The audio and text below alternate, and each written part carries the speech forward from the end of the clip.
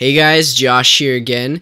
If you didn't see my introduction video to this channel, my second channel, click right here. If you want to see my primary channel, click right here. So today, I'm going to be talking about and going through some of the parts for my upcoming guitar build. So here's the deal with the parts. The body is a Warmoth Strat body, and I'm not going to go through all the specs of that right now, but today I'm just going to talk about the parts that I have right now. A lot of the parts are from StuMac, which is Stuart McDonald if you don't know them. Got a box full of the parts, and I'm just going to go through them, explain what they all do and why I chose them. Alright, so this is my box of parts, and this is a StuMac box. You can see that on there. These aren't all StuMac parts though, there's some variation. So let's start going through them. Copper shielding, electronics and small parts, locking tuners, bridge pickup, neck pickup, middle pickup, all parts Tremmel no, I'll explain that later, and the headstock logo. Alright, so let me talk about the copper shielding first. So it's a kit, as you can see. It is adhesive on the back. Basically what this is just for applying to the cavities of the guitar, and basically it just keeps out unwanted buzz or unwanted noise that you don't want in a guitar. If you have humbuckers, then you might not really need this, but for me, I chose P90 pickups, which are essentially single coils, meaning that they're going to pick up some hum.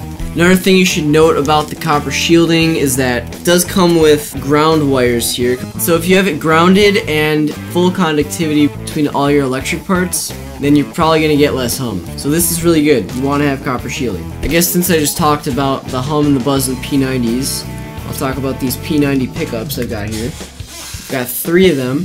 Here's the bridge P90. You've probably seen P90s before. They're a pretty cool pickup. I happen to like them a lot, mainly because imagine taking a Fender single coil, just making it a lot fatter in your face, and you get a P90. A lot of famous people have used these. I think Gary Clark Jr. uses some, Billy Joe Armstrong from Green Day uses them. You should know that most P90s, or true P90s, are not hum canceling, so you'll want some shielding or possibly hum canceling P90s. Also comes with these screws for mounting your hardware. The middle P90 is basically the same as the bridge pickup. The main difference though is that this pickup is reverse wound, which basically just means that the coil is wound in a way that when you use these two pickups combined, they will cancel each other out similar to how a humbucker does, meaning you just won't get any hum when using these pickups at the same time. Now the neck pickup is a little bit of a different story. If you look closely at it, you might notice that it looks a little bit different. The reason for that is that the guy who made me these pickups, his name is Ken at Roadhouse Pickups. You should definitely check him out, Roadhouse Pickups. He custom wound me this pickup, and it's called a P80. It's still P90, except it's more of a cross between a P90 and a single coil pickup. I'll be using this in the neck. Just for comparison, you can see how this does not have the slotted hole pieces. They're adjustable. That's just because it works a little bit differently, but still a great pickup. Now the tuners are Spurzl locking tuners. Basically what locking tuners are, they're like regular tuners, except they have this twistable knob right here. Turn this, I can tighten it down. What that does is when this is in the guitar, and the string is going through this, you tighten that down, it locks onto the string in the post, meaning that you don't have to do all the winds around it like you usually would, and that just means it's a lot quicker for changing strings and more secure. Each tuner faces the same direction because it's for a Fender Strat style guitar, which means there's 6 inline tuners, so they're all going to be the same thing.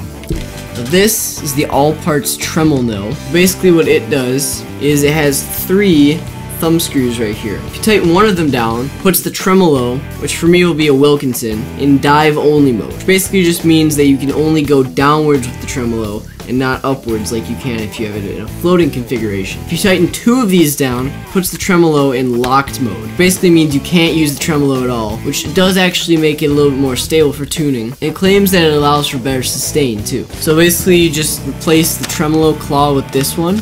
Goes in between the other springs. The last thing I have today is the electronics and smaller parts. So this orange piece right here is a capacitor. And a capacitor is basically just wired onto the tone pots of the guitar. And it basically determines what happens when you turn the tone knob down. This is a Tusk XL nut, which basically is just a really good nut, sounds good, and it keeps your guitar in tune. This is a 5-way Strat pickup selector switch. These right here are my tone pots. I went for the 500Ks because they work best with P90s. Here's my output jack right there. This is called a treble bleed capacitor. What it does is when you wire it up to the volume pot, it allows you to turn the volume down without losing high end. Because if you turn down a volume knob on a guitar that doesn't have this mod, then it's going to start sounding muddier as you go downwards. So this is a really nice mod to have. These are pickguard screws. The guitar body doesn't come with the pickguard screws, so I'm going to have to use these, but they're really high quality chrome screws. They'll work.